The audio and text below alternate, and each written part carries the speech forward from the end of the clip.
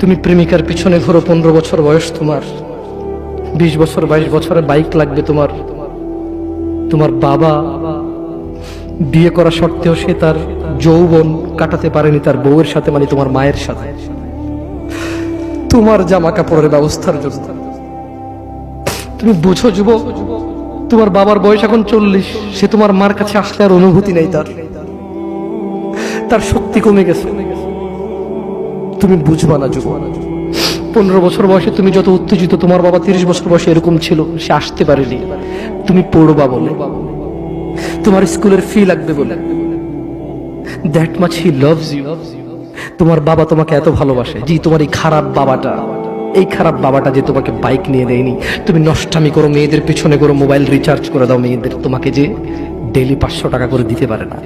এই লোকটা যদি 60 বছর বয়স পায়, তার জীবনের 20টা বছর, সে এমন 20টা বছর, যে 20টা বছরে সে হাড় ভাঙা পরিশ্রম করতে পারত, করছে, তোমার মায়ের দেখা সে পায়।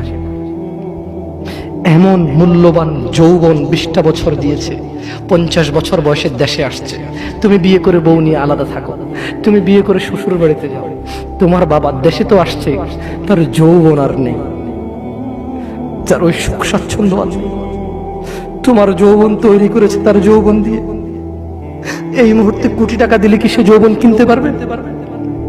তোমাকে তোমার বাবা এত ভালোবাসে, আর আল্লাহ বলছে তোমার এই বাবা, যে বাবা ঘুষ খেয়ে তোমাকে মানুষ করার চেষ্টা করে বিদেশে পড়ালেখা করানোর, যে বাবা এই এলাকার চেয়ারম্যান হতেই হবে, না হলে নয়,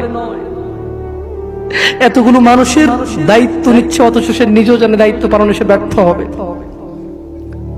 শুধু তোমাকে R15 কিনে দেওয়ার জন্য, শুধু তোমাকে বিদেশে পড়ানোর জন্য। এত মূল্যবান, এত আদরের বাবা। আল্লাহ বলছেন যে ইউবাসসারুনহুম ইয়াওয়াদ্দুল মুজরিম ও মুহাম্মদ সাল্লাল্লাহু আলাইহি ওয়াসাল্লাম, আপনি সেদিন দেখবেন অপরাধী এই মানুষটা যে এত বোকা, ছেলের জন্য এত কিছু করেছে হারাম ভাবে, হালালের ধার ধারে নাই, হারামের ধার ধারে নাই।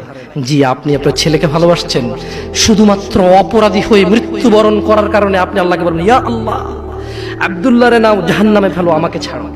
এই ভালোবাসা ছেলেকে বাসবে? এই ভালোবাসা বাসবে? ইন্না লিল্লাহি ওয়া ইন্না ইলাইহি রাজিউন।